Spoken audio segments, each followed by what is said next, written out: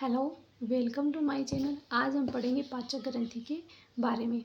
जो पाचक ग्रंथि होती है उसे किसे बोलते हैं? पाचक ग्रंथि वह ग्रंथि जो भोजन के पाचन में सहायता करती है। क्या कहलाती है? पाचक ग्लैंड कहलाती है। ये ग्रंथि क्या काम करती है? भोजन के पाचन में हेल्प करती है। पाचक ग्रंथि कितनी होती हैं? मोस्टली 3 होती है मुख्यतः, लीवर, पैनक्रियाज और सलाइवरी ग्लैंड। ये ग्लैंड क्या काम करती हैं? भोजन के अंदर पाचक रस का स्रावण करती, ये ग्लैंड पाचक रस का स्रावण करती है जो भोजन के पाचन में हेल्प करता है। तो सबसे पहले हम पढ़ेंगे लीवर के बारे में। जो लीवर जो पाचक ग्रंथि है इसके बारे में पढ़ेंगे। जो लीवर होती है शरीर की सबसे बड़ी ग्रंथि होती है, ठीक है। इसकी उत्पत्ति एंडोडर्मल होती है। इसकी उत्पत्ति है वो किससे हुई है? एंडोड्रम लेयर से हुई है। नेक्स्ट है, इसका वजन लगभग 1.5 किलोग्राम होता है। जो लीवर होता है उसका वेट कितना होता है? 1.5 किलोग्राम होता है। इसको बायोकेमिकल लेबोरेटरी कहा जाता है। क्यों कहा जाता है इसको बायोकेमिकल लेबोरेटरी? क्योंकि ये क्या करती है, लीवर के अंदर बहुत सारी केमिकल रिएक्शन होती है, इसीलिए इसको बायोकेमिकल लेबोरेटरी बोला जाता है। नेक्स्ट है लीवर का डायग्राम। देखिए ये जो डायग्राम है इसको इजी वे में बनाया हुआ है। वैसे तो लीवर का डायग्राम इस प्रकार से होता है। ये क्या है? लीवर का डायग्राम है। इसके अंदर इस प्रकार से एक पाली तो बड़ी होती है, इसको तो राइट लोब बोलते हैं। जो पाली छोटी होती है उसको क्या बोलते हैं? लेफ्ट लोब बोलते हैं। ओके। और इसी के अंदर क्या है? गोल ब्लेडर है, ठीक है। जो लीवर है इसी के अंदर क्या अटैच है? दूसरी साइड गोल ब्लेडर अटैच है, ये रहा। और गोल ब्लेडर से एक नलिका निकली हुई है, इसको क्या बोलते हैं? कॉमन डक्ट बोलते हैं। इसके अंदर एक नलिका तो लीवर से निकली हुई है इस साइड से, तो लीवर से तो क्या आ जाएगा? इसमें पीतरस आ जाएगा। और ये जो कॉमन नलिका ये आगे जाके कहाँ जुड़ेगी? ग्रहणी भाग में। और इधर एक नलिका ये किससे जुड़ी होती है? पैनक्रियाज से, अग्नाशयी ग्रंथि से जुड़ी हुई होती है। इसके अंदर पाए जाते हैं फैल्सीफॉर्म लिगामेंट। लिगामेंट का मतलब ये होता है किसी भी चीज़ को जोड़ना। तो जो लीवर के जो दोनों पार्ट हैं, लोब बोलते हैं, पाली बोलते हैं। एक बड़ी पाली है, छोटी पाली है, इसको राइट लोब, इसको लेफ्ट लोब बोलते हैं। और ये दोनों आपस में किससे जुड़ी हुई है? लिगामेंट के द्वारा, फैल्सीफॉर्म लिगामेंट के द्वारा जुड़ी हुई है। यहाँ पे भी यही है, फैल्सीफॉर्म लिगामेंट, ठीक है। इसी डायग्राम को क्या बनाया है? इजी वे में बना के समझाया हुआ है कि कैसे काम करता है लीवर। तो इसके अंदर देखिए ये तो बड़ी पाली है और ये दूसरी वाली छोटी पाली है। इसको बोलते हैं राइट लोब, इसको बोलते हैं लेफ्ट लोब। और जो लीवर होता है वो छोटे छोटे पिंडकों से मिलकर बना होता है। ये जो पालियाँ ये भी किससे मिलकर बनी हुई है? छोटे छोटे पिंडक से मिलकर बनी हुई है। और पिंडक के अंदर पाई जाती है हैपेटिक सेल्स। हैपेटिक सेल क्या काम करती हैं? भोजन का किसका निर्माण करती है? पीतरस का निर्माण करती है। नेक्स्ट है इसमें ये है अटैच है ये वाली नलिका, ठीक है। इस नलिका को बोलते हैं कॉमन डक्ट। क्या बोलते हैं? कॉमन डक्ट बोलते हैं। कॉमन डक्ट क्यों बोलते हैं? क्योंकि ये नलिका से जो रस आता है यकृत से और गोल ब्लेडर से, दोनों आके कहाँ जाता है? फिर आगे आंत के ग्रहणी भाग में जाता है, इसीलिए इसको कॉमन डक्ट बोला है। नेक्स्ट है फिर इधर है गोल ब्लेडर। गोल ब्लेडर को हिंदी में बोलते हैं पित्ताशय। पित्ताशय के अंदर किसका निर्माण होता है? पीतरस का निर्माण नहीं होता है, ठीक है। गोल ब्लेडर के अंदर ओनली क्या होता है? पीतरस का संग्रह होता है। और पीतरस का निर्माण कहाँ होता है? लीवर में होता है, जो आके कहाँ इकट्ठा होता है? गोल ब्लेडर या पित्ताशय में इकट्ठा होता है। ये हो गया आपका फैल्सीफॉर्म लिगामेंट, क्योंकि किससे है? दोनों पालियाँ जुड़ी हुई हैं। इसको बोलते हैं लेफ्ट हैपेटिक डक्ट और इसको बोलते हैं right hepatic duct. Hepatic duct का मतलब है यकृत, लेफ्ट मतलब बाईं यकृत वाहिका और दाईं यकृत वाहिका, ठीक है। यहाँ से यकृत से वाहिकाएं निकली हुई हैं दो, एक तो लेफ्ट है और एक राइट। ये कॉमन डक्ट है और इसको बोलते हैं बाइल डक्ट। क्यों? क्योंकि इससे बाइल जूस बाहर जाता है। बाइल जूस का मतलब है पित्ताशय से आने वाला जूस, ठीक है। पीतरस को बाइल जूस भी बोलते हैं। ओके, आया इतना समझ में? इसके बाद में अपन नेक्स्ट देखते हैं।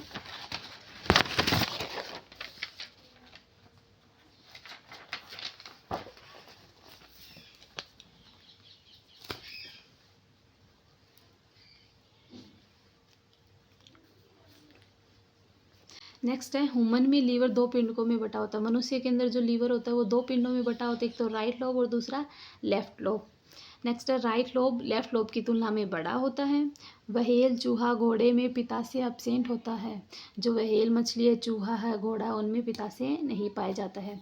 नेक्स्ट है फिर पित्ताशय का कार्य पीत को संग्रह करना व सांद्रित करना होता है। जो पित्ताशय जो गोल ब्लैडर होता है उसका क्या काम होता है कि जो पीत रस होता है उसको क्या करता है, ये संग्रह करके रखता है। ठीक है। अब जो यकृत है, लीवर है, वो छोटे छोटे पिंडकों से मिलकर बना होता है और ये उन पिंडकों की क्या है, एक संरचना है। देखिए प्रत्येक पिंड अनेक पिंडकों का बना होता है।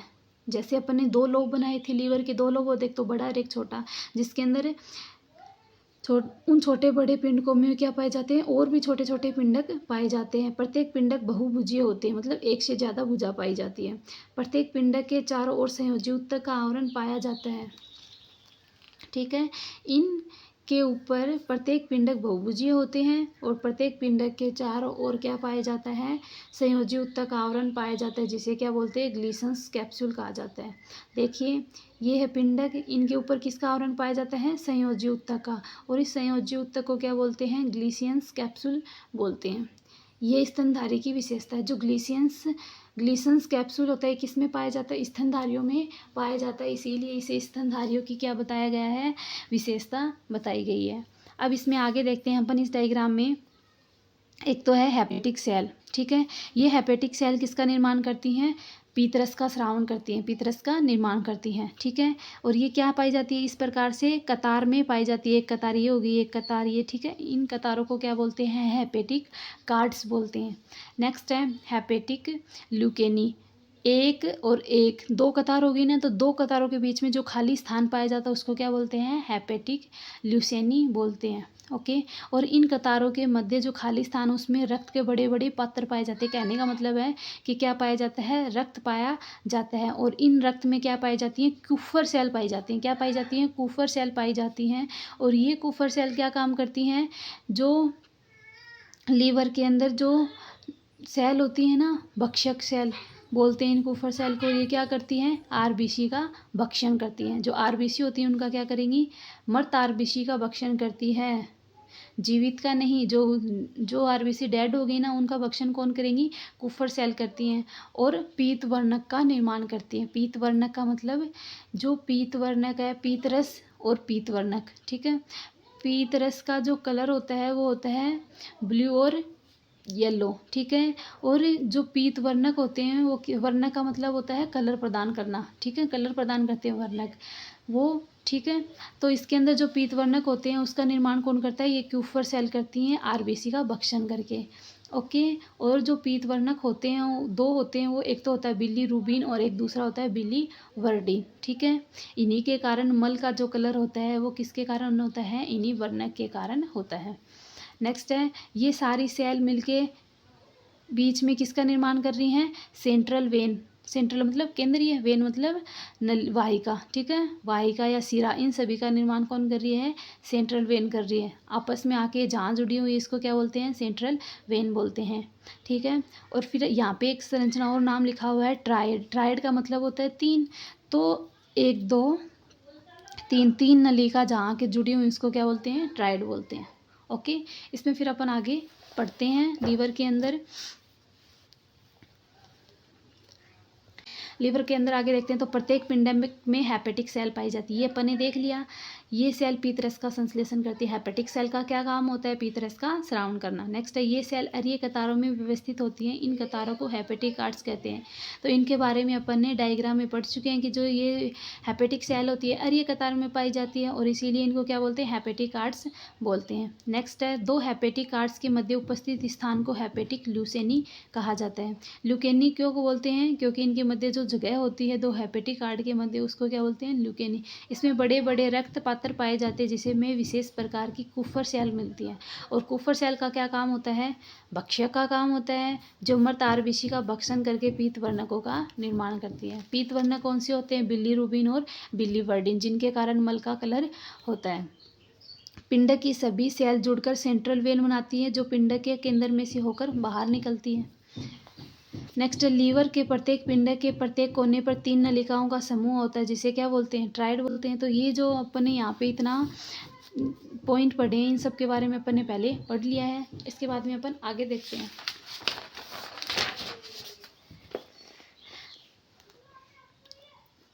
अब देखेंगे अपन लीवर के कार्य। ठीक है, तो लीवर क्या काम करता है, एक तो लीवर का काम करता है वो देखते हैं। ग्लूकोजेनेसिस का काम करता है। ग्लूकोजेनेसिस किसे बोलते हैं, ग्लाइकोजन जो होता है उसको ग्लूकोज में बनना। ग्लाइकोजन जब ग्लूकोज में चेंज होगा या बदलेगा या ग्लाइकोजन से ग्लूकोज का निर्माण होगा, उसको क्या बोलते हैं, ग्लूकोजेनेसिस बोलते हैं। कौन करता है ऐसा काम, ग्लाइकोजन को ग्लूकोज में बदलने का लीवर करता है, और इस प्रक्रिया को क्या बोलते हैं, ग्लूकोजेनेसिस। तो एक काम क्या हो गया लीवर का, ग्लाइकोजन को ग्लूकोज में बदलना लीवर का काम होता है फर्स्ट। दूसरा होता है ग्लूकोज से ग्लाइकोजन का निर्माण कौन करता है, लीवर करता है, और इस प्रक्रिया को क्या बोलेंगे, ग्लाइकोजेनेसिस। नेक्स्ट है फिर ग्लूकोनियोजेनेसिस। वसीय अम्ल व एमिनो एसिड आदि पदार्थों से ग्लूकोज का बनना, जो फैटी एसिड होते हैं और एमिनो एसिड है उससे ग्लूकोज का बनना क्या कहलाता है, ग्लूकोनियोजेनेसिस कहलाता है। और ये किसके द्वारा होता है, वसीय अम्ल व एमिनो एसिड ग्लूकोज में किसके द्वारा बदलते हैं, लीवर के द्वारा। नेक्स्ट है ग्लूकोनियोजेनेसिस। इसके अंदर क्या होता है, ग्लाइकोनियोजेनेसिस। ग्लूको तो ये हो गया, ये है ग्लाइको GLY ग्लाइकोनियोजेनेसिस। लैक्टिक अम्ल से ग्लाइकोजन के निर्माण को क्या कहते हैं, ग्लाइकोनियोजेनेसिस। ये भी किसके द्वारा होता है, लीवर के द्वारा। नेक्स्ट है फिर नेक्स्ट पॉइंट है, यकृत में ऑर्निथिन चक्र संपन्न होता है जिसमें अमोनिया को यूरिया में बदल दिया जाता है। यकृत में कौन सा चक्कर चलता है, ऑर्निथिन चक्कर संपन्न होता है, ठीक है, और जिसके अंदर क्या होता है, जो अमोनिया होती है वो किस में चेंज हो जाती है, यूरिया में बदल दी जाती है। देखो अमोनिया ज़्यादा हानिकारक होती है, ठीक है, इसीलिए लीवर के अंदर क्या होता है, अमोनिया को किस में बदल देंगे, यूरिया में बदल दिया जाता है, जो कम हानिकारक होती है, ठीक है, अमोनिया की कंपेयर। नेक्स्ट है लीवर में बीटा कैरोटीन से विटामिन ए के 2 अणु बनते हैं। लीवर के अंदर और क्या काम करता है लीवर, जो बीटा कैरोटीन उससे विटामिन ए के 2 अणु बनाता है, कौन, लीवर। रक्त स्कंदन के अधिकांश कारक लीवर में बनते हैं। लीवर में विटामिन ए, बी, ई, के और B12 आदि का संग्रह होता है।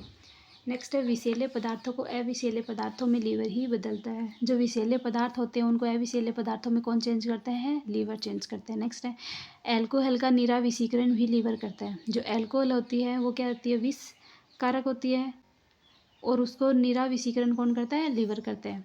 नेक्स्ट है लीवर की सेल एल्कोहल को वसा में परिवर्तित कर देती है। जो लीवर की जो सेल होती है वो एल्कोहल को किस में चेंज कर देती है, फैट में या वसा में चेंज कर देती है। नेक्स्ट है अधिक मात्रा में एल्कोहल होने पर लीवर की सेल निष्क्रिय हो जाती है। अधिक मात्रा होती है तो उस टाइम पे एल्कोहल को जो लीवर होती है अधिक मात्रा में एल्कोहल होने पर लीवर की सेल निष्क्रिय हो जाती है, इसे लीवर क्रियोसिस कहा जाता है। नेक्स्ट है फिर पैनक्रियाज। जो अग्नाशय होती है, ग्रंथि होती है, उसके बारे में पढ़ेंगे। अग्नाशय एक मुलायम गुलाबी सी भूरी चपटी लगभग 12 से 15 सेंटीमीटर लंबी ग्रंथि होती है, जो आमाशय के पीछे पश्च उदरीय भित्ति के पास स्थित होती है। यह ड्यूडेनम से प्लीहा तक फैली होती है। कहाँ तक पाई जाती है, ड्यूडेनम से लेके प्लीहा तक फैली होती है। और लीवर के पैनक्रियाज के द्वारा किसका निर्माण होता है, पैनक्रिएटिक जूस का, ठीक है, इसके अंदर अग्नाशयी रस का निर्माण होता है।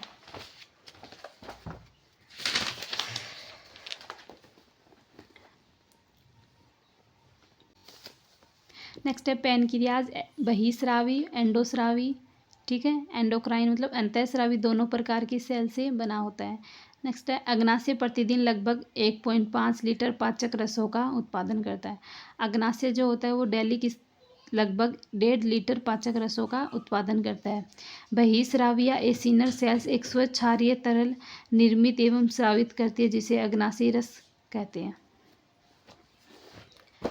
नेक्स्ट है फिर इसमें फिजियोलॉजी ऑफ डाइजेशन। अब हम पढ़ेंगे डाइजेशन किस प्रकार से होता है, ठीक है, कार्य की पढ़ेंगे। फिजियोलॉजी का मतलब कार्य की, ऑफ डाइजेशन पाचन की, कार्य की, ठीक है, पाचन की कार्य की कहने का मतलब है पाचन किस प्रकार होता है वो पढ़ेंगे। तो सबसे पहले मुख गुहा में पाचन कैसे होता है वो देखते हैं।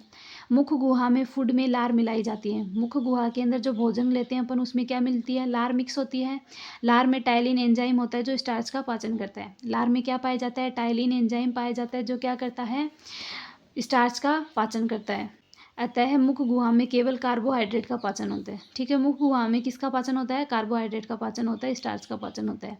गर्सिका में कोई पाचन नहीं होता है। ठीक है, इसके बाद में किस में पाचन होगा? आमाशय में पाचन होगा।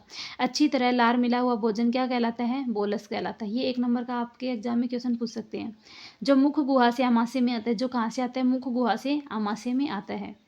बोलस में उपस्थित लार आमाशय की जी सेल को उत्तेजित करती है, जो जठररस का स्रावन करवाती है। बोलस के अंदर जो उपस्थित लार है, ठीक है, बोलस के अंदर क्या पाई जा रही है?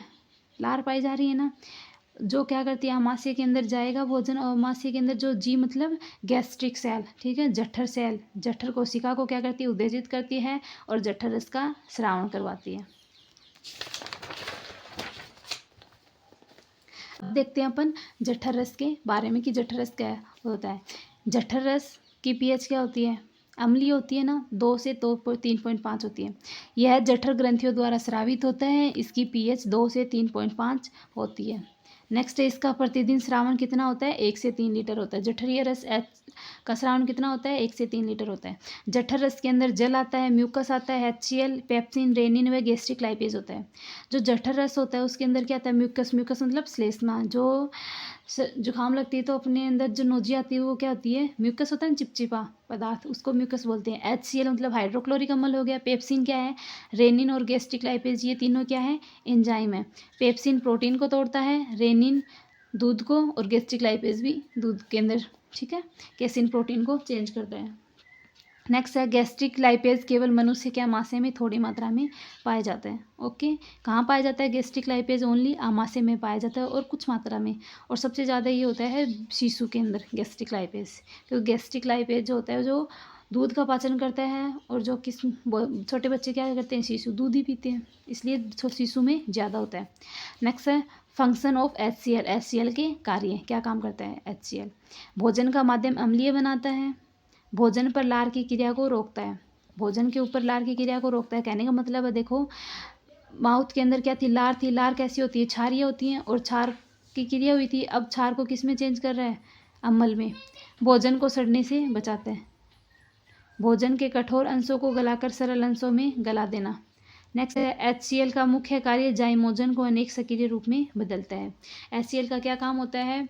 जो जाइमोजन होता है उनको अनेक सक्रिय रूप में बदल देता है। जाइमोजन का मतलब है जो एंजाइम्स हैं बहुत सारे, उनको चेंज करता है। ठीक है, जैसे देखिए, जैसे पेप्सिनोजन, पेप्सिनोजन को के ऊपर जब HCl क्रिया करेगा तो किस में चेंज हो जाएगा? पेप्सिनोजन, पेप्सिन में। और जो पेप्सिन जो एंजाइम है ये क्या काम करता है? प्रोटीन को तोड़ने का काम करता है। तो प्रोटीन के ऊपर आप पेप्सिन की क्रिया करवाओगे तो प्रोटीन जो होती है वो पेप्टोन्स में टूट जाएगी और प्रोटीएज में टूट जाएगी। जो पेप्टोन्स प्रोटीएज हैं ये प्रोटीन की एक छोटी श्रृंखला होती है, चैन होता है, छोटा रूप होता है, ठीक है, प्रोटीन का। अब इन पेप्टोन्स और प्रोटीएज है, इनका पाचन कहाँ हुआ है? आमाशय में, स्टमक में, पेट में हुआ, ठीक है। इसके बाद में ये पेप्टोन्स और प्रोटीज भोजन कहाँ जाएगा? आगे किस में जाएगा? आंत में जाएगा। वहाँ पे इनका पाचन फिर से होगा और पेप्टोन्स किस में चेंज हो जाएंगे? एमिनो एसिड में, और एमिनो जो एसिड है उसमें चेंज हो जाएंगे। देखिए ये है आंत, ठीक है, इसमें क्या पाई जा रही है? माइक्रोविलाई पाए जाते हैं, ये तो सभी को पता है। माइक्रोविलाई क्या काम करते हैं? यहाँ से जो ब्लड बह रहा है, ठीक है, ब्लड बह रहा है ना, ठीक है, अब ना इसके अंदर क्या आएगा? भोजन आएगा, सॉरी ऐसे समझो आप इसको, ठीक है। ये है स्मॉल इंटेस्टाइन, ठीक है। स्मॉल इंटेस्टाइन में क्या होता है? भोजन का पाचन भी होता है और अवशोषण भी होता है। तो पाचन के अंदर क्या होगा? जो पेप्टोन्स और जो भोजन आया, कुछ पाचन तो कहाँ हो गया? आमाशय में हो गया। आमाशय के बाद में भोजन कहाँ आता है? आंत में आता है, और आंत में क्या पाए जाते हैं? सूक्ष्म विलाई पाए जाते हैं, ठीक है, अंगुलीनुमा उभार पाए जाते हैं। इनके द्वारा भोजन का पाचन हो गया। फिर ये किस में चेंज हो गया? एमिनो एसिड में। अब यहाँ पे भोजन क्या हो गया?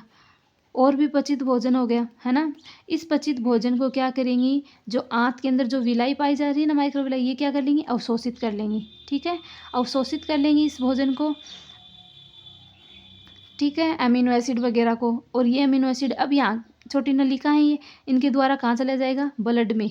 ये अमीनो एसिड है, जितने भी विटामिन है, ये सब किस में चले गए? ब्लड में। और ब्लड से कहाँ जाएंगे? पूरी बॉडी में पहुँच जाएंगे, कोशिका तक, ठीक है। तो यहाँ पे प्रोटीन किस में टूट गया? प्रोटीन किस में टूट गया? पेप्टोन्स और प्रोटीज में, किसके द्वारा, पेप्सिन एंजाइम के द्वारा। अब प्रोरेनिन है वो HCl की क्रिया कराने पे किस में टूट गया, रेनिन के अंदर। देखो दूध में एगुलेंसिल प्रोटीन कैसिनोजन पाई जाती है। कौन सी प्रोटीन पाई जाती है दूध में, कैसिनोजन प्रोटीन पाई जाती है, ठीक है। ये क्या होती है, एगुलेंसिल होती है। कहने का मतलब है ये ब्लड में घुलती नहीं। रेनिन इसे प्रोकैसिन में बदल देता है जो कैल्शियम से जुड़कर कोपरा कैसिनेट बनाती है। यह गुलेंसिल प्रोटीन है जिसका पाचन किया जा सकता है, इसका डाइजेशन आराम से हो सकता है। नेक्स्ट है रेनिन स्तनधारियों की शिशु अवस्था में पाया जाता है। नेक्स्ट है अमाशय में प्रोटीन एंड कुछ मात्रा में वसा का भी पाचन होता है। अमाशय में किसका पाचन होता है, प्रोटीन का तो पाचन होता ही है और कुछ मात्रा में फैट का भी होता है। नेक्स्ट है अमाशय में सामान्यतः कार्बोहाइड्रेट का पाचन नहीं होता है। कार्बोहाइड्रेट का पाचन क्यों नहीं होता, क्योंकि कार्बोहाइड्रेट का पाचन कहाँ हो गया था, माउथ में हो गया था। नेक्स्ट है अच्छी तरह जठर रस से मिला हुआ भोजन का नया रूप क्या कहलाता है, काइम कहलाता है, जो ग्रहणी में प्रवेश करता है। ग्रहणी क्या है, आंत का एक भाग है। आंत के को 3 भागों, छोटी आंत को 3 भागों में बांटा गया, एक तो ग्रहणी, इलियम और जेजुनम, ठीक है। जेजुनम, डेड्यूनम, इलियम, ये 3 पार्ट होते हैं, ठीक है। अब देखिए आप आगे ग्रहणी में पाचन अपने मुख में पढ़ लिया, दूसरा पढ़ा अमाशय में, अब पढ़ेंगे आंत के अंदर या ग्रहणी में पाचन। तो ग्रहणी में काइम प्रवेश करता है, ठीक है। काइम में HCl होता है। देखो अमाशय के अंदर जो भोजन है उसको क्या बोला है, काइम बोला है, और काइम में क्या होता है, HCl होता है, जो ग्रहणी की भित्ति को हार्मोन स्रावन के लिए प्रेरित करता है। इन्हें पाचक हार्मोन कहते हैं। जो ग्रहणी की भित्ति को हार्मोन स्रावन के लिए प्रेरित करता है और इन्हें क्या कहते हैं, पाचक हार्मोन कहते हैं। जो निम्न है, जो ग्रहणी है वो कौन से पाचक हार्मोन का संश्लेषण करती है वो देखेंगे इसमें। एंटेरोगेस्ट्रोन का स्रावन करती है, यह जठर रस के स्रावन को रोकता है। जो इंटेरोगेस्ट्रोन जो हार्मोन है ये क्या करता है, जो जठर रस का जो स्रावन हो रहा था अमाशय में उसको बंद करवा देता है। फिर नेक्स्ट है कोलियोसिस्टेकाइनिन, ठीक है, कोलियोसिस्टेकाइनिन पित्ताशय को पीत रस स्रावन के लिए प्रेरित करता है। कोलियोसिस्टेकाइनिन क्या करता है, पित्ताशय को पीत रस स्रावन के लिए प्रेरित करता है। पित्ताशय को क्या करता है, पीत रस का स्रावन के लिए प्रेरित करता है। नेक्स्ट है सेक्रेटिन अग्नाशय रस के तरल भाग जल NaCO3 के स्रावन को प्रेरित करता है, ठीक है। सेक्रेटिन क्या करता है, अग्नाशय रस के तरल भाग जल है NaCO3 के स्रावन को प्रेरित करता है। नेक्स्ट है पैनक्रियोजाइमिन क्या करता है, अग्नाशय रस के ठोस भाग के स्रावन को प्रेरित करता है। बुर्नर ग्रंथियों को स्रावन के लिए प्रेरित करता है। और क्या करता है, बुर्नर ग्रंथियों के स्रावन के लिए प्रेरित करता है और अग्नाशय रस के ठोस भाग के स्रावन को प्रेरित करता है, मतलब एंजाइम वाला भाग। नेक्स्ट है हेपेटोसिरिनिन, यकृत सेल को पीतरस संश्लेषण के लिए प्रेरित करता है। यकृत सेल क्या करती हैं, पीतरस के संश्लेषण को प्रेरित करता है। कौन सा हार्मोन, हेपेटोसिरेनिन। नेक्स्ट है इसमें विलाई काइनिन, विलाई की गति को प्रेरित करता है। अतः ग्रहणी में 2 पाचक रस आकर मिलते हैं, एक तो पीतरस और एक अग्नाशयी रस। ग्रहणी में कौन से 2 पाचक रस आकर मिलते हैं, एक तो पीतरस और दूसरा अग्नाशयी रस। नेक्स्ट है पीतरस के बारे में पढ़ेंगे कि पीतरस क्या होता है, ओके। यह यकृत हेपेटिक सेल द्वारा संश्लेषित होता है। पीतरस किसके द्वारा बनता है, पीत सेल के द्वारा, यकृत कोशिका के द्वारा। नेक्स्ट पीत सेल नहीं, यकृत कोशिका के द्वारा। यह पित्ताशय में संग्रहित व सांद्रित होता है। नेक्स्ट यह यकृत हेपेटिक सेल द्वारा संश्लेषित होता है, ठीक है। पीतरस किसके द्वारा होता है, यकृत द्वारा संश्लेषित होता है। यह पित्ताशय में संग्रहित व सांद्रित होता है। पीतरस कहाँ सांद्रित होता है और संग्रहित होता है, पित्ताशय में। जो पीतरस होती है उसकी pH कितनी होती है, 7.7 से 8.3 होती है, जो क्या होती है, क्षारीय होती है। नेक्स्ट है इसका प्रतिदिन स्रावन 600 ml होता है। इसका रंग हरा पीला होता है। एकमात्र ऐसा पाचक है जिसमें कोई एंजाइम नहीं पाया जाता है। कहने का मतलब जो पीतरस होता है उसमें पाचक एंजाइम नहीं पाए जाते हैं। संगठन क्या है, क्या क्या पाया जाता है पीतरस में, वोटर होता है, म्यूकस होता है, बाइल पिगमेंट मतलब वर्णक, बिलीरुबिन और बिलीवर्डिन क्या होते हैं, पिगमेंट होते हैं। बाइल साल्ट पीत लवण होते हैं, ठीक है। लाइसिथीन और कोलेस्ट्रॉल प्रेजेंट होते हैं। नेक्स्ट है पीत वर्णक 2 प्रकार के होते हैं, एक तो बिलीरुबिन तो येलो कलर देता है और बिलीवर्डिन कैसा कलर देता है, ग्रीन कलर देता है। नेक्स्ट है फिर इसमें रक्त वर्णक का निर्माण मृत आरबीसी के भक्षण से होता है और मल का रंग पीत वर्णकों के कारण ही होता है। नेक्स्ट है पीत लवण।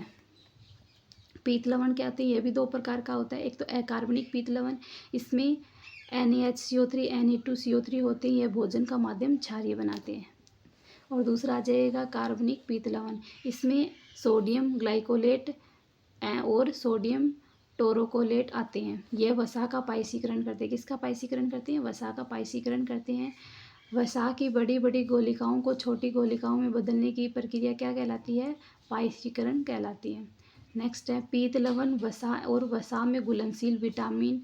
वसा में घुलनशील विटामिन कौन से होते हैं? ADE के। विटामिन ए, विटामिन डी और ई और के क्या होते हैं? वसा में घुलनशील होते हैं। इनका अवशोषण में मदद करते हैं पीत लवण। ठीक है। नेक्स्ट है अग्नाशयी रस। नेक्स्ट टॉपिक क्या है अपना? अग्नाशयी रस। यह अग्नाशय द्वारा स्रावित होता है। अग्नाशयी रस किसके द्वारा स्रावित होता है? अग्नाशय के द्वारा। इसकी pH कितनी होती है? 8 होती है, जो क्या होती है? क्षारीय। सबसे शक्तिशाली पाचक रस होता है जिसमें विभिन्न प्रकार के एंजाइम पाए जाते हैं जो निम्न है। नेक्स्ट है इसमें प्रोटीन अपघटक एंजाइम। फर्स्ट है प्रोटीन अपघटक एंजाइम या प्रोलाइटिक एंजाइम। प्रोलाइटिक एंजाइम क्या करेंगे? प्रोटीन का अपघटन करेंगे। प्रोटीन का पाचन करने वाले एंजाइम को प्रोटोलाइटिक एंजाइम कहते हैं। इसमें देखिए सबसे पहले एक है ट्रिप्सिनोजन।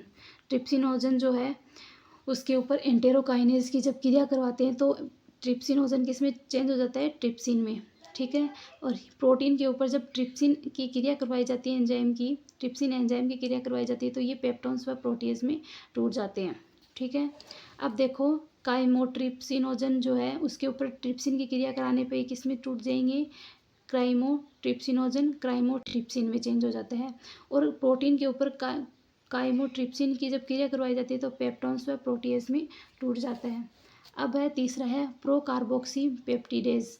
इसके अंदर ट्रिप्सिन की क्रिया करवाते हैं तो किस में चेंज हो जाएगा? कार्बोक्सी पेप्टिडेज में।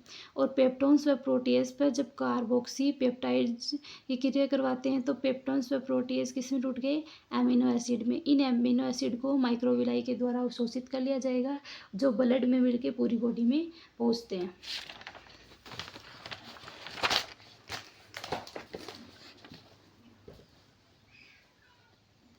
नेक्स्ट दूसरा है फिर एमाइलेज एंजाइम। एमाइलेज एंजाइम क्या करता है?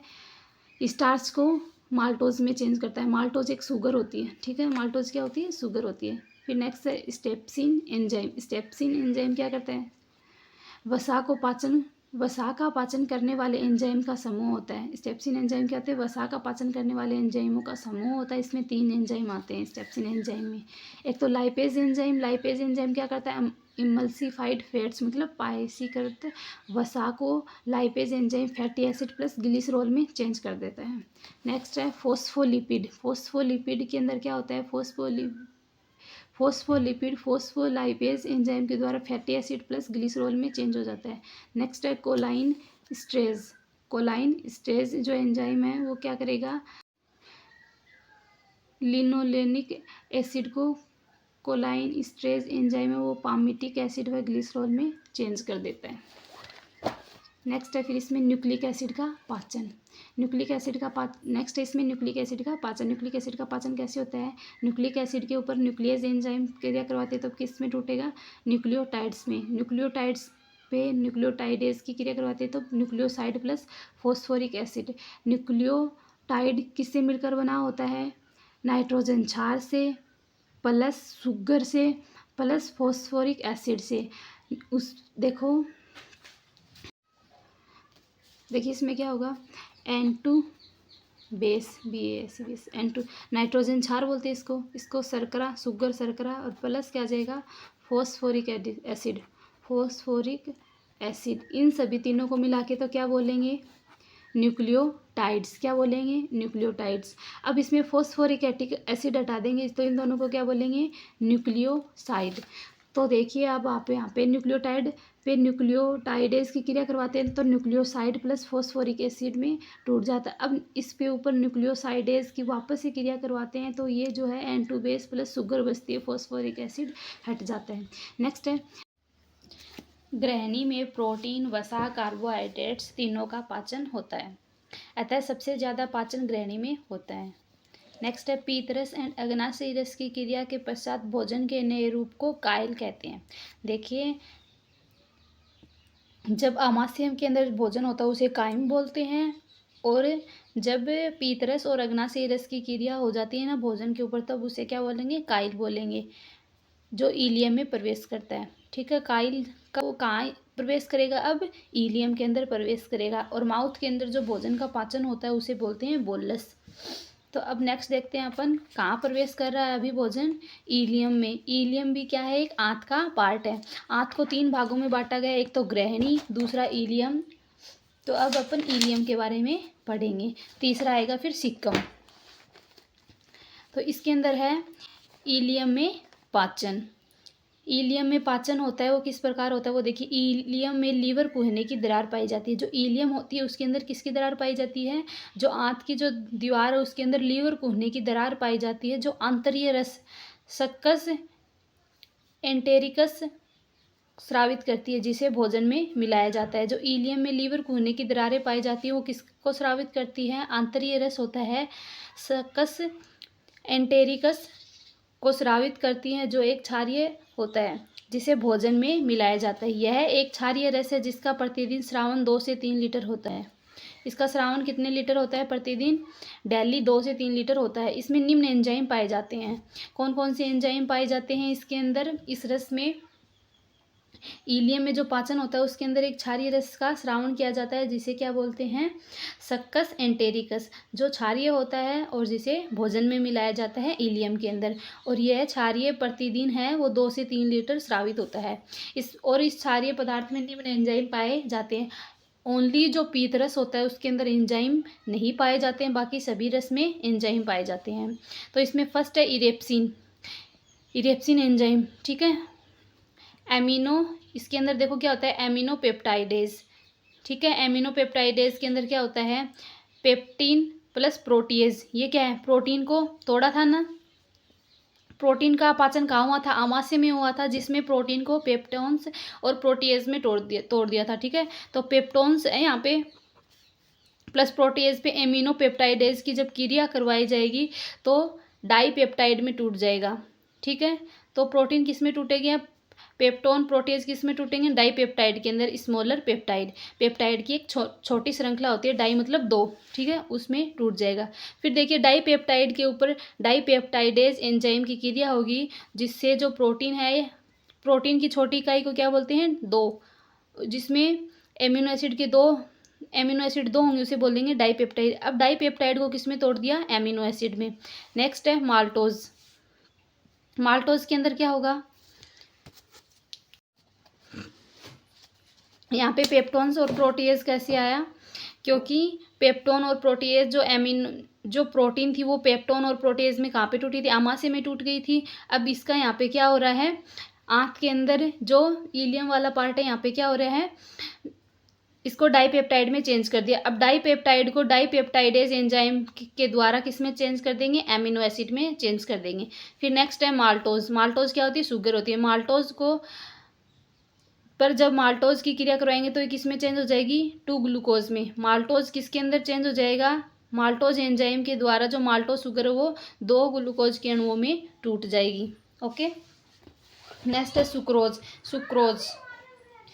नेक्स्ट है सुक्रोज अपन जो चीनी खाते हैं ना वो होती है। सुक्रोज एंजाइम के द्वारा किस में चेंज करेंगे? ग्लूकोज और फ्रक्टोज में चेंज हो जाती है। किसके अंदर? आंत में। फिर लैक्टोज, यह स्तनधारी में पाया जाता है। लैक्टोज क्या है? एंजाइम है। लैक्टोज किस में चेंज हो जाता है? ग्लूकोज प्लस लैक्टोज में।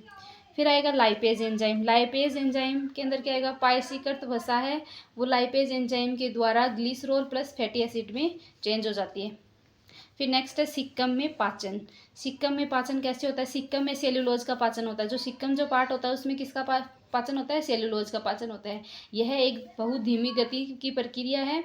इस प्रक्रिया को अपघटन या डीकम्पोजिशन कहते हैं। इस कारण एक बार में सेल्यूलोज का पाचन पूर्ण नहीं होता है, ठीक है। नेक्स्ट है फिर सेल्यूलोज के पूर्ण पाचन के लिए खरगोश अपने मल को पुनः खा लेता है। पुनः मल खाने की प्रक्रिया को समल भोजिता या विषम का भोजी कहलाती है। अब पढ़ेंगे कोलोन में पाचन।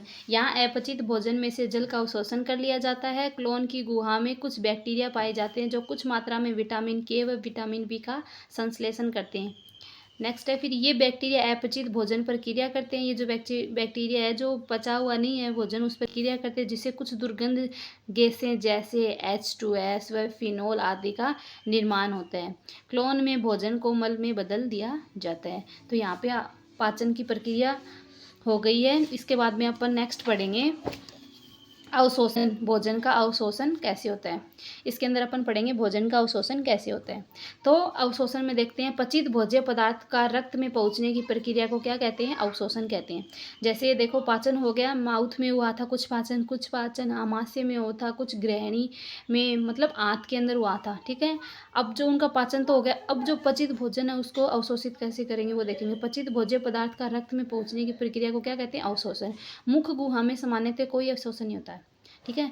मुख गुहा के अंदर ओनली क्या होता है, पाचन होता है। परंतु कुछ दवाई जैसे आइसोप्रोलिन, कुछ स्टेरॉइड्स, कुछ एल्केलॉइड्स का अवशोषण मुख गुहा में हो जाता है।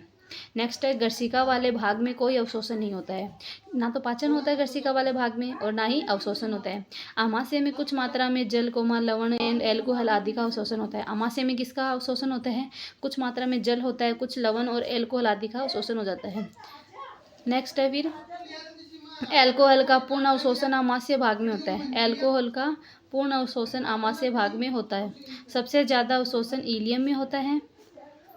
नेक्स्ट है फिर अवशोषण की प्रक्रिया 2 चरणों में पूर्ण होती है, एक तो निष्क्रिय विधि से और दूसरा सक्रिय विधि से।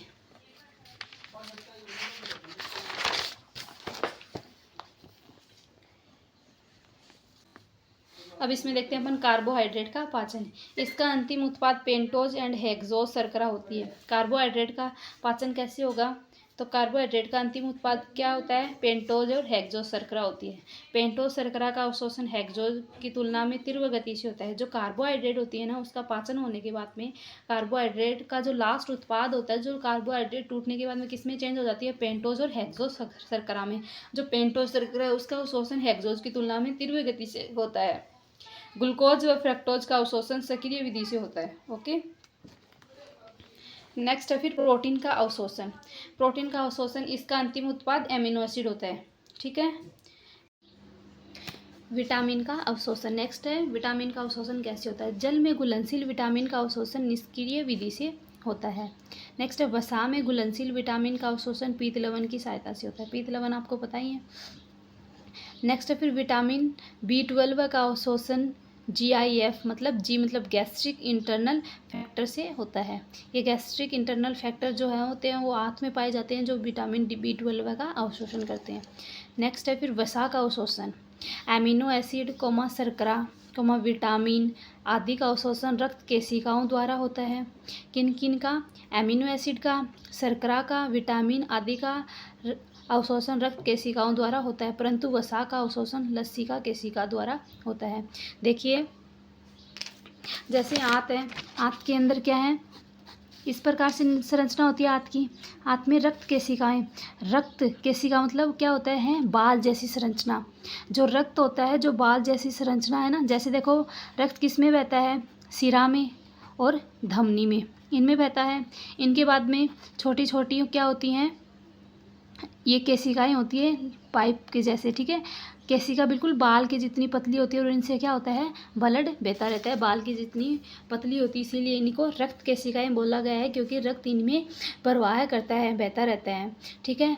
और रक्त केशिकाओं को द्वारा तो किनका अवशोषण होता है, एमिनो एसिड का, शर्करा का, विटामिन का, परंतु वसा का अवशोषण किसके द्वारा होता है, लसिका कोशिकाओं द्वारा होता है, लसिका केशिका द्वारा होता है। नेक्स्ट है फिर इसमें वसीय अम्ल के बड़े बड़े अणु विलाई की उपकला द्वारा अवशोषित कर लिए जाते हैं, जिन्हें उपकला की सेल ट्राइग्लिसराइड में बदल देती हैं। देखिए आपको पता है विलाई मतलब क्या होता है, अंगुलीनुमा उभार होते हैं, ठीक है। इस प्रकार से अंगुलीनुमा उभार होते हैं ये, ठीक है। इस प्रकार से अंगुलीनुमा उभार होते हैं, ठीक है। क्या किस में पाए जाते हैं, आंत में पाए जाते हैं। जो क्या करते हैं, वसा है उसके बड़े बड़े जो अणु हैं उनको अवशोषित कर लेते हैं, और जो वसा है उसका अवशोषित करने के बाद में जो विलाई के ऊपर जो आंत की जो दीवार है, उपकला है, वो क्या करती है, इस वसा को किस में चेंज कर देती है, ट्राइग्लिसराइड में बदल देती है। नेक्स्ट, ये ट्राइग्लिसराइड फॉस्फोलिपिड एंड कोलेस्ट्रॉल के साथ संयुक्त होकर एक अस्थायी संकुल बनाते हैं जो तुरंत छोटी छोटी गोलिकाओं में टूट जाता है। फिर किस में टूट जाएगा, ये छोटी छोटी गोलिकाओं में टूट जाएगा।